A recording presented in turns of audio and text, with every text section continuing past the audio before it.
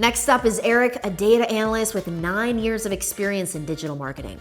In his talk, he's going to share practical advice for advertisers who want to start tinkering with big data and get impressive outcomes. Erik, the stage is yours.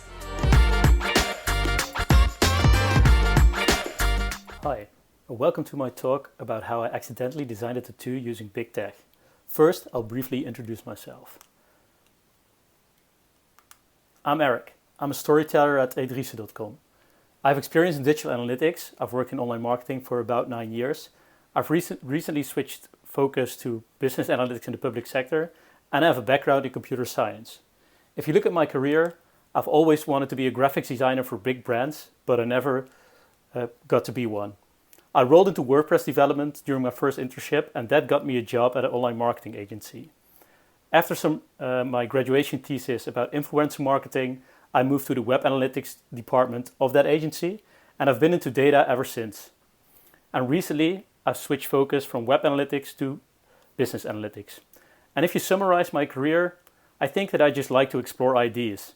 And today is really about an idea that I've explored.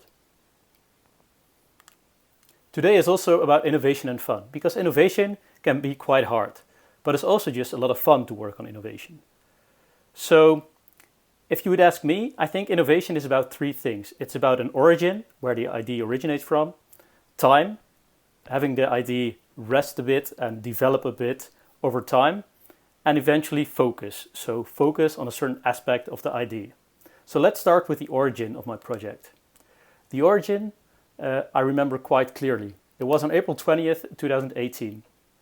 I was at a networking event in Eindhoven, talking to some colleagues, and one of my colleagues walked up to me and told me, "Hey Erik, I just got a message that Avicii has died." And Avicii, I really like his music, and this was really the first time that an artist died, and it really struck me. It really hit me on a personal level.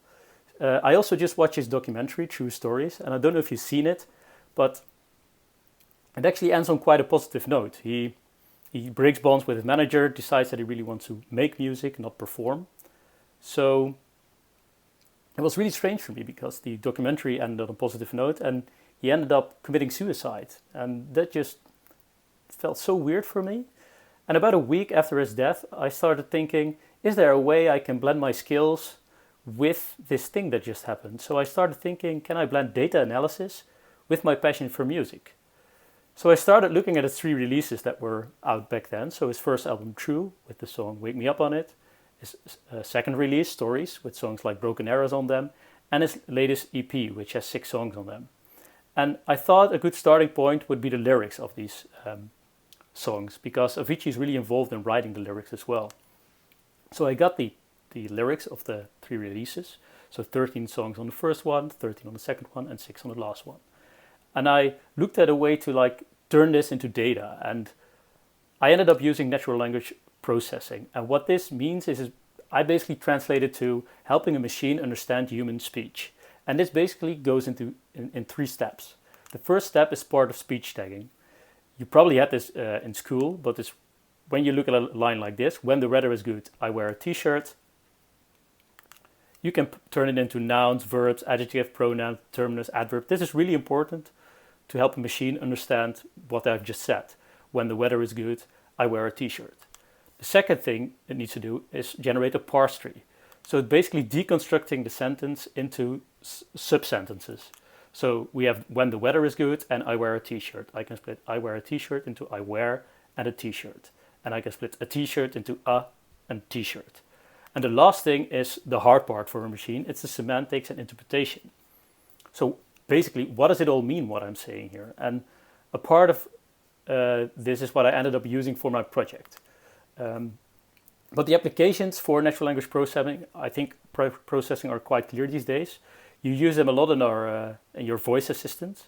So when you say, "Hey Siri," it's basically natural language processing, processing your language into a request. So sometimes you ask something like, "What's the weather like?" And then the machine knows, okay, you probably want to know what the weather is like right now on the location you are right now. You don't have to tell that. It's also when I ask you, "What's the weather like?" You don't assume that I want to know it about a different time at a different place, right? So you can also ask for facts. So, "Hey Siri, how tall is the Eiffel Tower?" If you want to know, it's 324 meters. You can also ask Siri, how tall is the White House? It's 21 meters. But it gets interesting when you ask her, hey Siri, what's the difference between those two buildings? If I ask you, you can just subtract the two numbers, but Siri doesn't know what it needs to do. If you want to know the answer, it's 303 meters. So the cool thing is that all the big tech vendors are providing voice assistants, but all the big tech vendors are also starting to develop their cloud services. So example of that is Google Cloud. Another one is Amazon Web Services. But basically what they do, they deconstruct their technology that they use to run their platforms, and they provide it to anyone who wants to use it. So there's stuff for APIs, there's stuff for data storage, for data analysis, for developing apps, for text analysis, for a lot of stuff. So, and it's all, basically free to access. You only start paying money when you have a really large volume. So especially for personal projects, it's free to use all the big tech that Google provides. Pretty cool. And the thing that I've been looking at is the natural language API. And a part of that is sentiment analysis. And sentiment analysis basically turns a text into a positive or a negative or a neutral data point. So if we look at this line, this is a t-shirt. You can probably guess that it's a neutral line, right? It's not really positive or negative. If I say I hate this t-shirt, then you can probably guess that it's negative. If I say I love this t-shirt, it's probably positive. So you see that sometimes sentiment analysis can be pretty easy. But if we start looking at the lyrics of Avicii, it becomes a bit more vague what's really the meaning behind it and if it's positive or negative. So if we look at the line, feeling my way through the darkness, I'll give you about 10 seconds to think it through and think whether it's positive, negative, neutral maybe.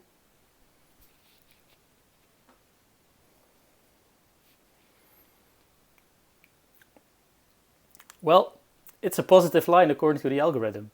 So you see the plus 0.5 number here, that's the sentiment score. It ranges from +1 to -1. And you also see the 0.4 number, that's the magnitude. It sort of resembles the strength or the force that is used to express the line. So let's do another line. These are the days that we'll talk about. I'll again give you about 10 seconds to think it through.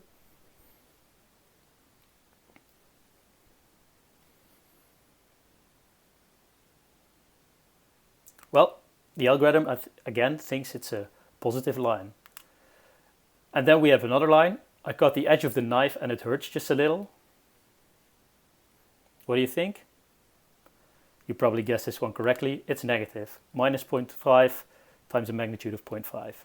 Now, this allows me to plot these lines into certain data points. So I use a sort of emotion grid or a scatter, you can call it a scatter plot. It's technically a scatter plot. Where the strong negative songs are on the top left, the strong positive ones are on the top right, the weaker negative ones go to the bottom left, and the weaker positive ones go to the bottom right. So here you see the three lines we've just mentioned. So you see that one line is on the left with the strongest magnitude. There are two lines on the positive side, and the stronger the magnitude is, the higher up it is. So here you get a sort of a spacious feeling of those data points we just seen. So what we're doing right now is actually called a smell test. So a smell test is something you can do whenever an algorithm produces a result. So a good example is the correlation between ice cream sales and shark attacks. You've probably heard about it before. But when ice cream sales go up, shark attacks also tend to go up. They are not causing one another. It's not that when I eat an ice cream somewhere a person dies by a shark attack.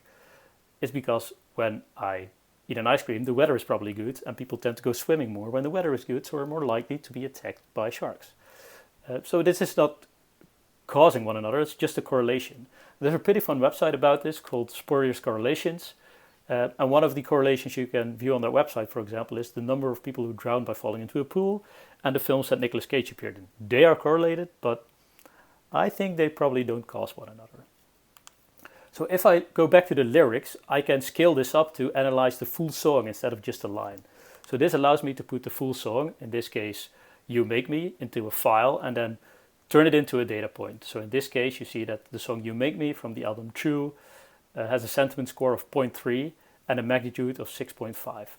What was actually funny was that the first time that I was analyzing this album, True was turned into a Boolean because a computer thinks that true is probably a Boolean. But in this case, I need to correct that for a string.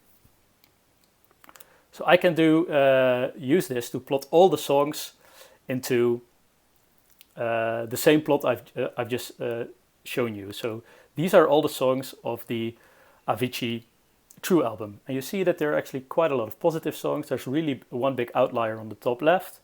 But you get an idea of how the album is shaped according to the sentiment analysis. The second release, Stories, is way more positive. So it sways to the right, and the negative songs are way closer to the middle. And then this last release, the EP with 6 songs on them, is actually quite balanced. 2 songs on the left, 2 on the right, and 2 in the middle. So let's do a little smell test again for some songs. So here's again a piece of the lyrics from Wake Me Up. So I'll give you 20 seconds to scan them, and then we go look at the results together.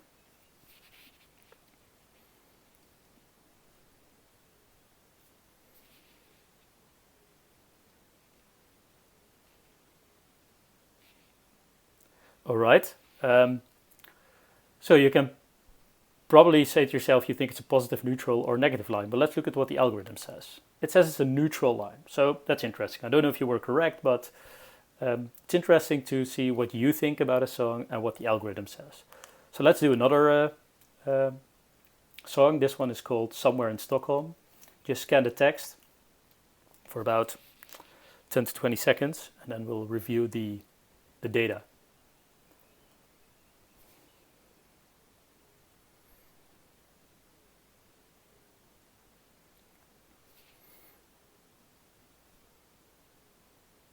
Well, the algorithm says it's a negative song, but you could probably guess it's quite a serious song, especially when you think about how he ended up dying. It's kind of harsh to read it. Let's look at another song of his, I'm Gonna Love You. I'll give you 5 seconds to scan this one. If you don't agree with the algorithm on this one, I think it would be pretty weird. But as you might have guessed, I just spoiled it by what I just said. It's a positive song. So I started discussing the results of my project with friends and colleagues.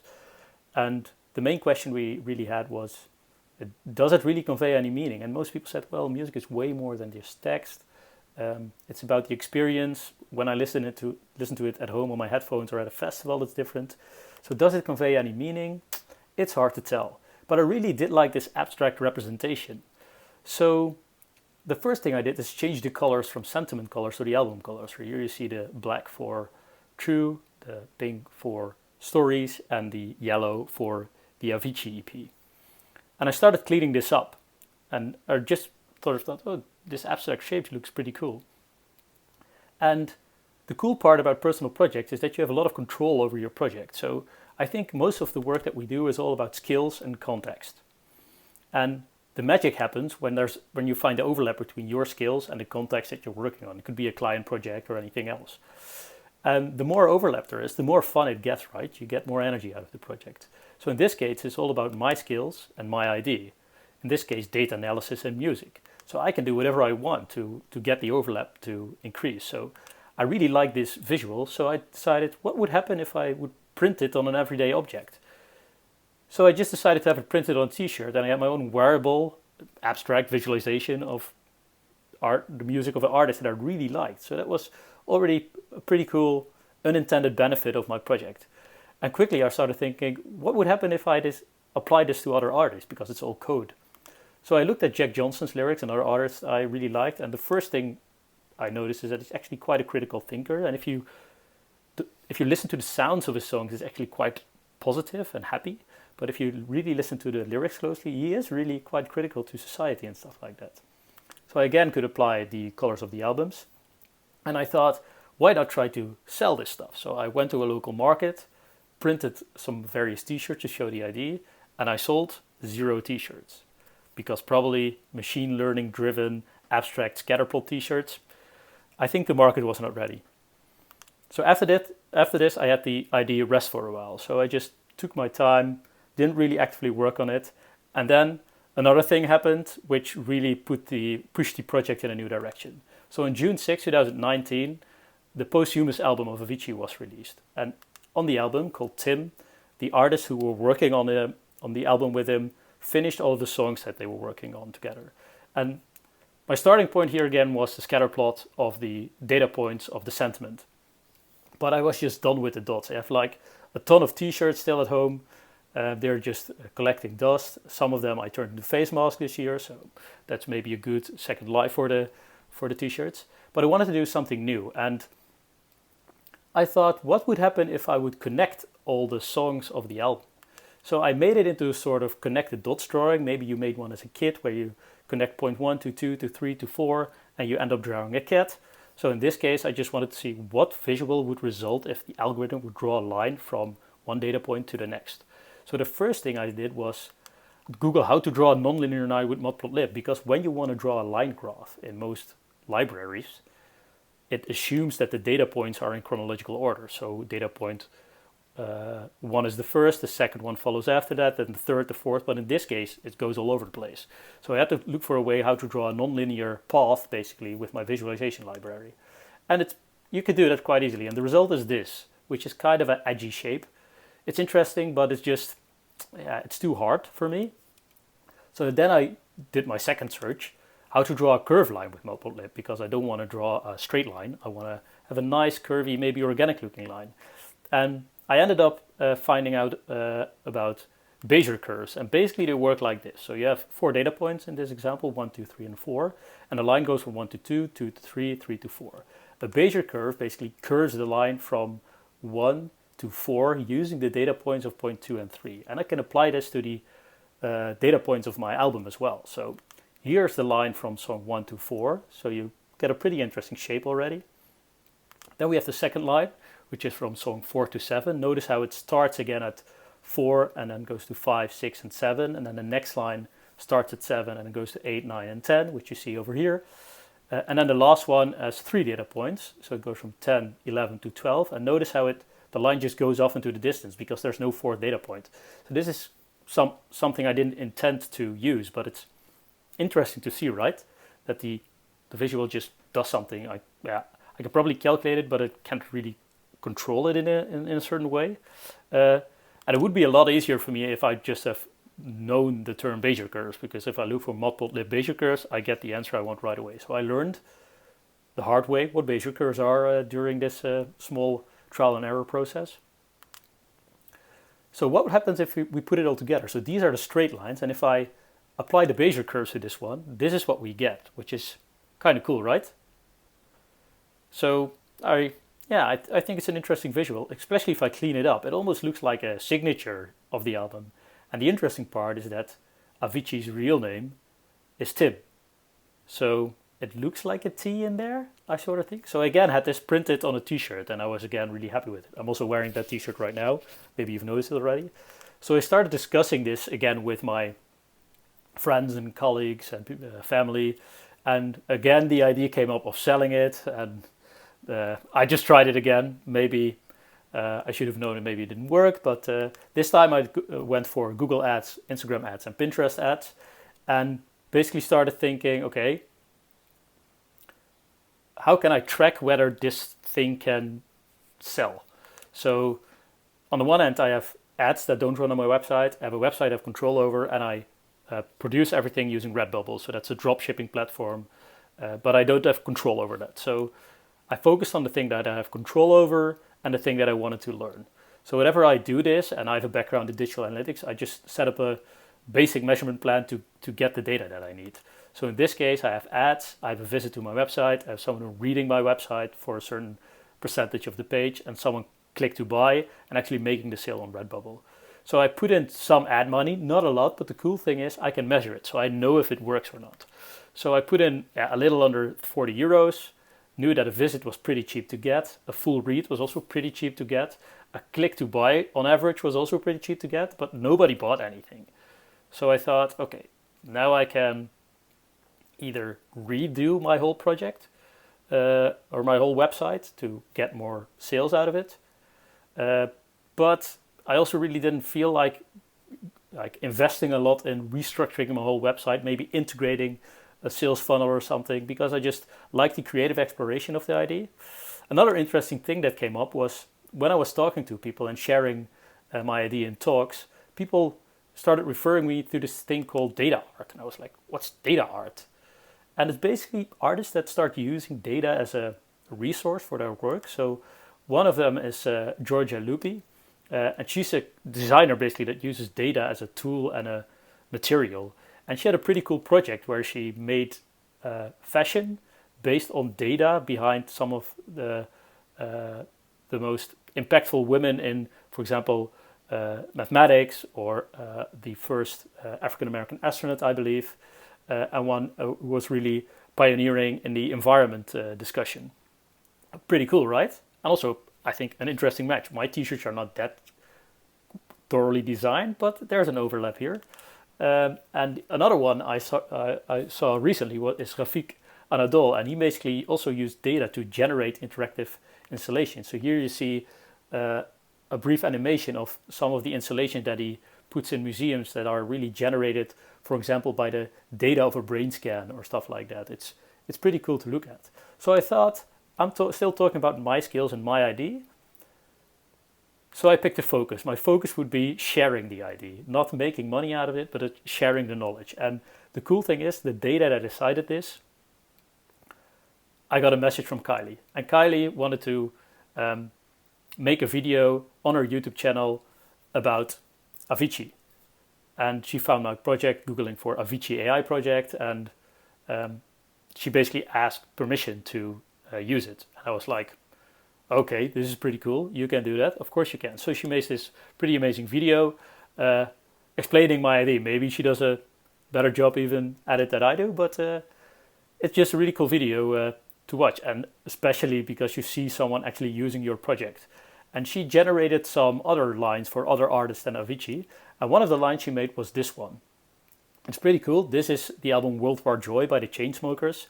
They're also a DJ duo, but their real names are Andrew and Alex. And if this doesn't look like an A to you, I don't know what does. I also had the idea of making a sweater in my head, but I didn't have the visual yet. But I thought, oh, this is so cool. I'm going to put this one on a sweater. And I discussed the idea with my girlfriend. And I thought, could we maybe embroider it on a sweater? So she did a test run and then actually embroidered it on a sweater. So now I have an embroidered Chainsmokers data visualization sweater, which is totally unique. It doesn't look like data viz. It looks more like a baseball logo or something. But I think it's cool. And what do you do when someone makes a cool video and gives you a cool visual? You thank them with a t-shirt. So here she is in another video wearing the t-shirt. She also made a GitHub contribution, which is pretty cool, to the project. But if you want to learn more about Python, please go watch our YouTube channel.